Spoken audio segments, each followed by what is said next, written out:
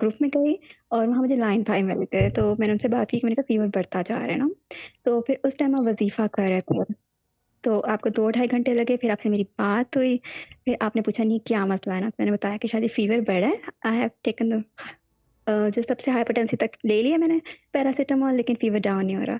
तो शाह जी आपने मुझे बोला कि ठीक है मैं दम कर देता हूँ। आपने दम किया, उसके बाद मैंने कहा कि शाह जी कोरोना ना हो बस दुआ करिएगा। और आपने बोला तो हो भी जाए इसमें क्या है? मैं अभी ज़िंदा हूँ, अच्छा ना मरने नहीं दूँगा। हाँ, और और शाह जी मतलब लिटरली अगर मैं कभी भी डिस्ट्रेस में होती, मतलब परेशान होती, तो मुझे पता होता है कि आप इधर हैं और आप मरने नहीं देंगे। और जो सेकंड चीज़ है शाह जी, जब एक दफ़ा मैंने आपसे बात की थी, मैंने किसी मसले पे पूछा था आपसे, तो आपने बोला था कि मैंने पूछा था शाह जी कोई उम्मीद रखूँ? तो आपने कहा था कोई उम्मीद नहीं रखो, सिर्फ़ अल्लाह से उम्मीद रखो।